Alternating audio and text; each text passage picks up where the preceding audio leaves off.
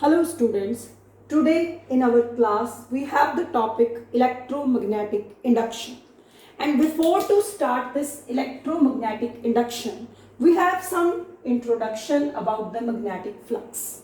But before this magnetic flux, do you know what is the magnetic effect of currents? As Oersted said, a current carrying conductor produces a magnetic field around it. That is called magnetic effect of current. Similarly, Faradays says its name is Michael Faraday, and according to him, if the magnetic flux linked with any circuit or coil is changes, then there is a electromagnetic induction. There is induced EMF, induced current due to the change of magnetic flux. That is called electromagnetic induction, or we can say that EMI. So before to describe this, we know about the magnetic flux. As the magnetic flux, this is a scalar quantity and it is the number of magnetic field lines passing through the surface normally, any surface normally, and mathematically we write the flux with phi normal component and the small area that is linked with that surface. So here when we describe this normal component, this is considered as B cos theta delta S. But as we know in our lower classes that the normal component is a sine component, but here we are saying that it is a cos component. Then let's see it. Here we have a surface. Here we have the magnetic field lines, magnetic field. Now as we know in the electrostatics chapter that we have the area vector. So here we have a area vector that is a perpendicular to the surface, and there is the angle theta with the area vector and magnetic field, and the component resolve B sine theta and cos theta. Now here the component in the direction of area vector is considered as the normal component. So here when we talk about the normal component in the magnetic flux, students, we consider it as a B cos theta, and we write the flux as a B cos theta delta S, or we can say it is the dot product of these two vectors, B vector and delta S vector. In SI system, this magnetic flux is measured in Weber, and in CGS system it is measured in Maxwell, and this 1 Weber is equal to 10 raised to power 8 Maxwell. These two units are related with each other. So this is our magnetic flux. That is the basic part to take place in electromagnetic induction, because when it changes with any circuit or coil, then it gives the induced EMF, and that is induction given by the Michael Faraday.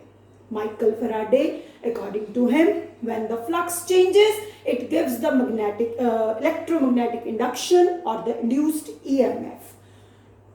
Before to describe the laws, we have the experiments of Michael Faraday, where he described how the magnetic flux changes give the induction. So in first experiments, let's have a look for that. What are the different experiments for the Faradays? For in first experiment, he take the setup where the magnetic field is variable. For that, a single core have the two coils, primary, and here has the secondary coil, and this primary coil is linked with the source and a tapping key, and this linked with the galvanometer, primary, secondary coil. And he observed when the current, this key is pressed, it is a tapping key. When the key is pressed, current start growing and this show the deflection. यहाँ पर तो कोई source नहीं है, तो how it show the deflection? Because when this current start growing, the flux changing of primary coil as well as the secondary coil, and it shows the deflection. And when we stop this tapping, current start decaying, then again we have the deflection in galvanometer, but in the opposite direction. That again showing that magnetic flux is changing. So magnetic flux should be changing, either increasing or decreasing. Similarly, we have one more experiment. We have the coil with galvanometer and we have the bar magnet. When this bar magnet is moving towards and away from this coil, this galvanometer shows the deflection, but in the opposite directions. This is also the presence of induced current in the coil due to the motion of this magnet, which changes the magnetic flux. Similarly, if we have the magnetic field at some region, let's represent with the cross, and these cross shows the magnetic field perpendicular to the plane of paper and inward, and we have the coil in it. When this coil is moving inside the field, then its galvanometer shows no deflection. But when this coil is moved out and inward, this magnetic field, it shows the deflection. It means whenever there is a change of magnetic flux, according to Michael Faraday, according to these experiments, whenever there is a change of magnetic flux, then there is a magnetic field, there is an electromagnetic induction, and induced EMF is produced in the coil or the circuit. That is called the Faraday's experiment. Okay, now experiments तो पता चल गए, जिनसे ये पता चल गया कि जब तक फ्लक्स चेंज हो रहा है इंडक्शन होगी, तो उसको समराइज कर दिया Faraday's laws में. Then how we define or explain these Faraday's laws? That is our next point for discussion. That is the Faraday's laws. And according to this, whenever the magnetic flux changes, then the induced EMF is lost in the coil or the circuit. And this induced EMF is proportional to change of flux upon the time taken for that change. And when we have the constant phi2, phi1 by t, but here we have this negative sign, and in SI system this K is 1 and the induced EMF is phi2, phi1 by t, or we can say that d phi by dt.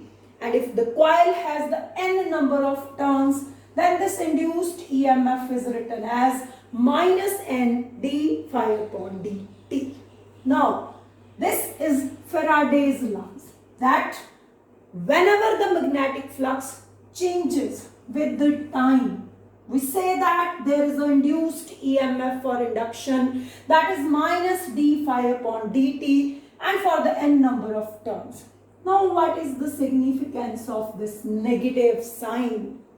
Students, this negative sign means the direction of induced EMF, induced current, is always opposite to the cause of this induced EMF. Because जब तक flux change हो रहा है, induction हो रही है, और वो इंडक्शन उसी कॉज को क्या कर रही है, अपोज कर रही है, and that is the Lenz rule, or we can say that Lenz law.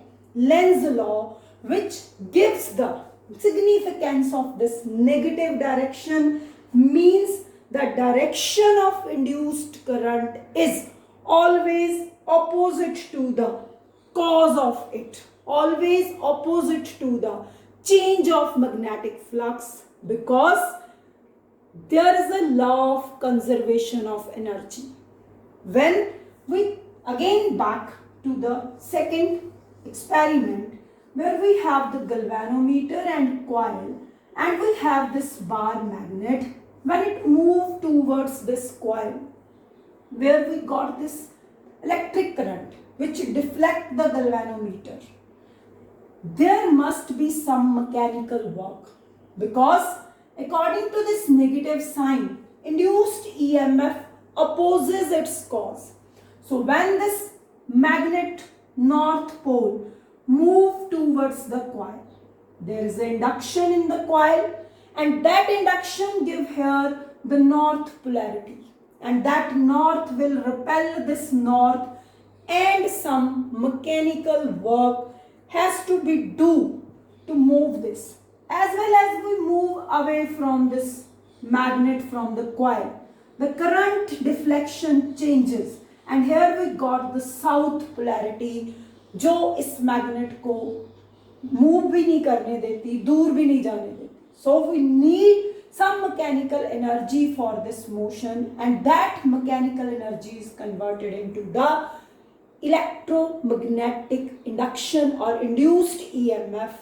That is the Lenz law, which follow the law of conservation of energy and give the significance of this negative direction, negative sign, that induced EMF or current always oppose its cause, always oppose the changes of magnetic flux.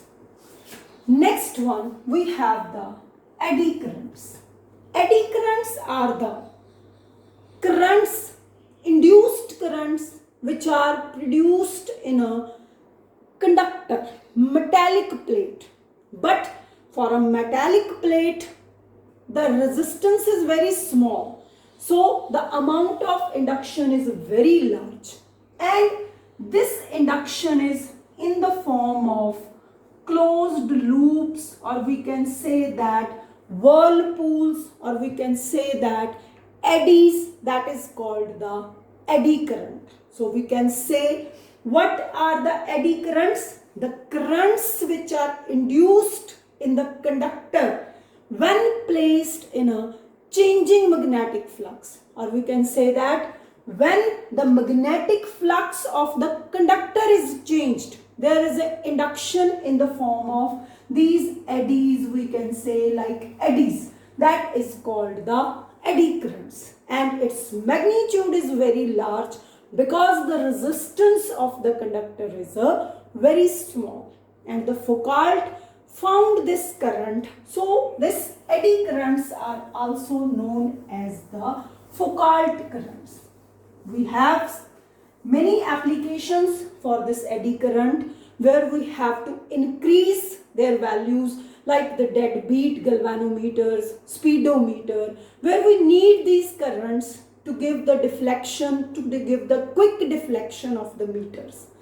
And eddy currents, they have the disadvantage, like the transformer core, where it use our useful energy, waste our useful energy, and we need the laminated core to reduce the eddy currents. So where we need these, we produce them, and where it gives us the loss of our energy, then we reduce them.